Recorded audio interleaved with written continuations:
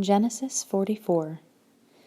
And he commanded the one over his house, saying, Fill the men's sacks with food, as they are able to bear, and put each man silver in the mouth of his sack.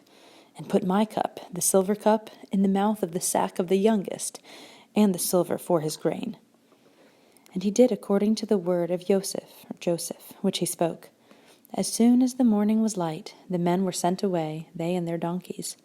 And when they had gone out of the city, not having gone far, Joseph said to the one over his house, Rise up, follow the men, and when you overtake them, say to them, Why have you repaid evil for good? Is this not the one from which my master drinks, and with which he indeed divines? You have done evil in what you have done. So he overtook them and spoke these words to them. And they said to him, Why does my master say these words? Far be it from us that your servant should do according to this word. See, we brought back to you from the land of Canaan the silver which we found in the mouth of our sacks. How then should we steal silver or gold from your master's house? With whomever of your servants it is found, he shall die, and we shall become my master's slaves as well. And he said,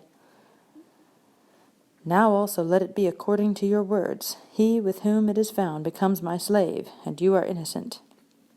And they hurried. Each man let down his sack to the ground, and each opened his sack. And he searched, with the oldest first, and with the youngest last. And the cup was found in Benjamin's sack. And they tore their garments, and each man loaded his donkey, and went back to the city. And Judah, and his brothers came to Joseph's house, and he was still there. And they fell before him on the ground. And Joseph said to them, What deed is this you have done? Did you not know that a man like me indeed divines? And Yehudah said, What do we say to my master? What do we speak? Or how do we clear ourselves? Elohim has found out the crookedness of your servants. See, we are my master's slaves, both we and he also with whom the cup was found. But he said, Far be it from me to do this.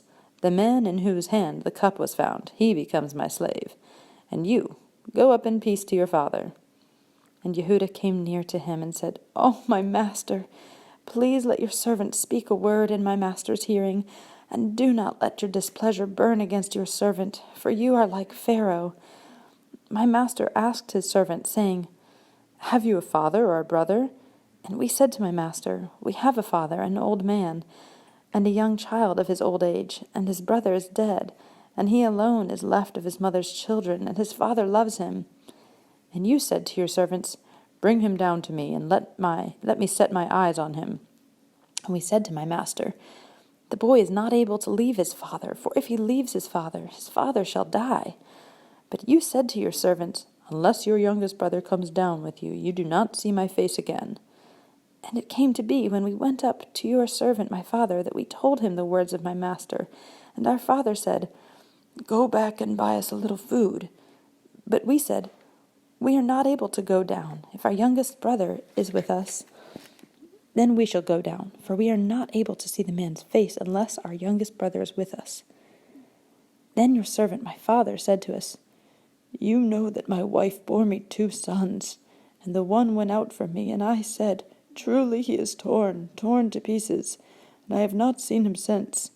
And if you take this one from me too, and harm comes to him, you shall bring down my gray hair with evil to Sheol, or the grave. And now, if I come to your servant my father, and the boy is not with us, since his own life is bound up in his life, then it shall be, when he sees that the boy is not with us, that he shall die. So your servant shall bring down the gray hair of your servant our father with the evil to Sheol. For your servant went guarantee for the boy to my father, saying, If I do not bring him back to you, then I shall be a sinner before my father forever. And now, please, let your servant remain instead of the boy as a slave to my master, and let the boy go up with his brothers. For how do I go up to my father if the boy is not with me, lest I see the evil that would come upon my father?"